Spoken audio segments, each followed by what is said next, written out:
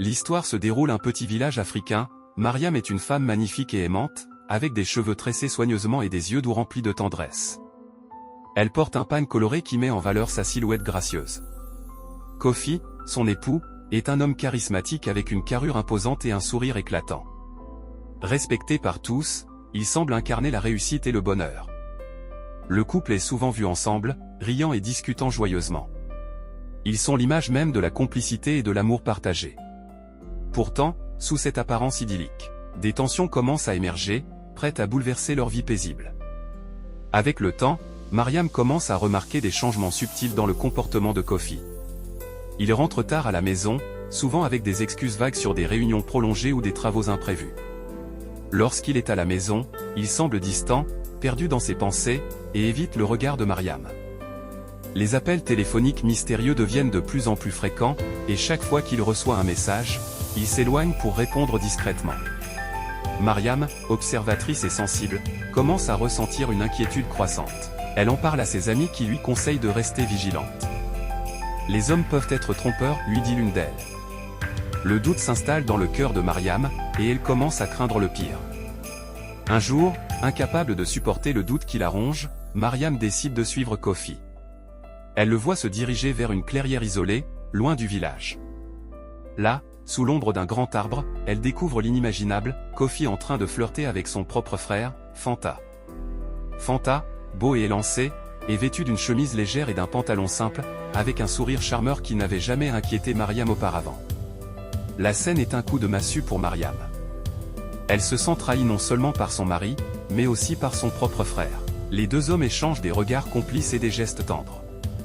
Mariam, pétrifiée par la douleur et l'incompréhension, regarde en silence, avant de s'effondrer en larmes et de retourner chez elle. De retour à la maison, Mariam attend impatiemment l'arrivée de Kofi.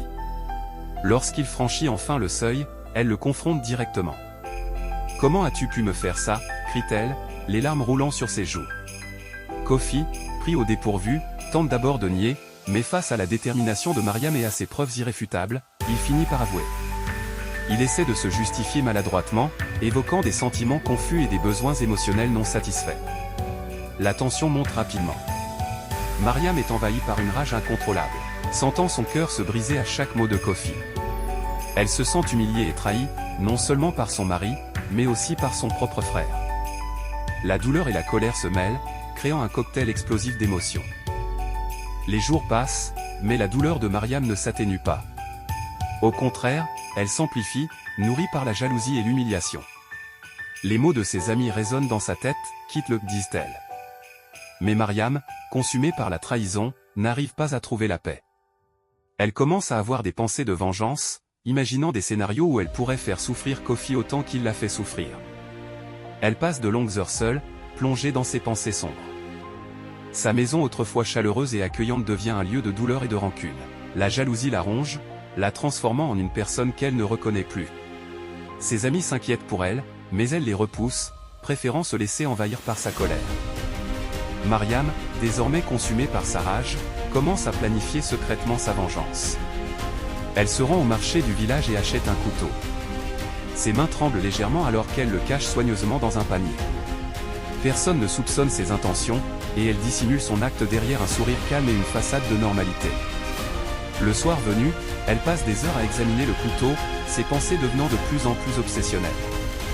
Elle se convainc que cet acte est la seule manière de soulager sa douleur. Chaque détail de son plan est méticuleusement pensé. La façade souriante qu'elle présente au monde cache un tourbillon de haine et de désespoir.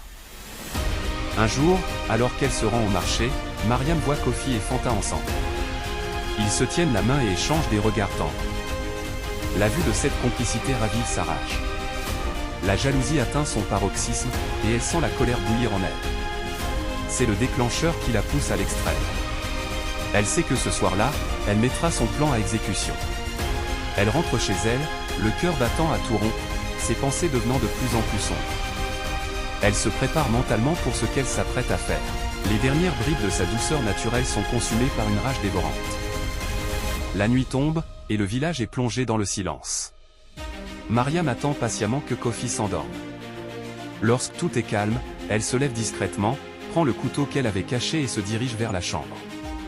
Ses mains tremblent légèrement, mais son esprit est fixé sur son objectif. Elle se tient au-dessus de Kofi, observant son sommeil paisible. La rage et la douleur qu'elle ressent sont insupportables. Dans un acte de fureur incontrôlable, elle commet l'irréparable et coupe l'appareil génital de Kofi. Les cris de douleur de Kofi réveillent tout le village, et rapidement, les voisins accourent. Kofi est rapidement emmené à l'hôpital. Les nouvelles de l'incident se répandent comme une traînée de poudre à travers le village. Les habitants sont choqués et horrifiés par ce qui s'est passé.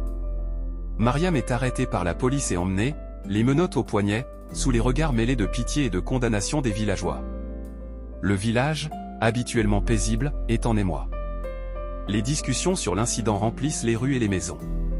Certains comprennent la douleur de Mariam, tandis que d'autres la condamnent fermement pour son acte. La communauté est divisée, et l'histoire de Mariam et Kofi devient un sujet de conversation brûlant. Dans sa cellule de prison, Mariam passe ses journées à réfléchir à ses actes. Elle réalise l'ampleur de ce qu'elle a fait et se laisse submerger par le regret. Les larmes coulent souvent sur ses joues tandis qu'elle pense à la vie qu'elle a détruite, la sienne et celle de Kofi. Elle murmure des paroles de regret, reconnaissant que la jalousie et la douleur l'ont conduite à commettre l'irréparable. La jalousie et la vengeance ne mènent qu'à la destruction. Il est important de communiquer, de pardonner et de chercher des solutions pacifiques aux problèmes. La douleur peut aveugler, mais il ne faut jamais laisser la rage guider nos actions.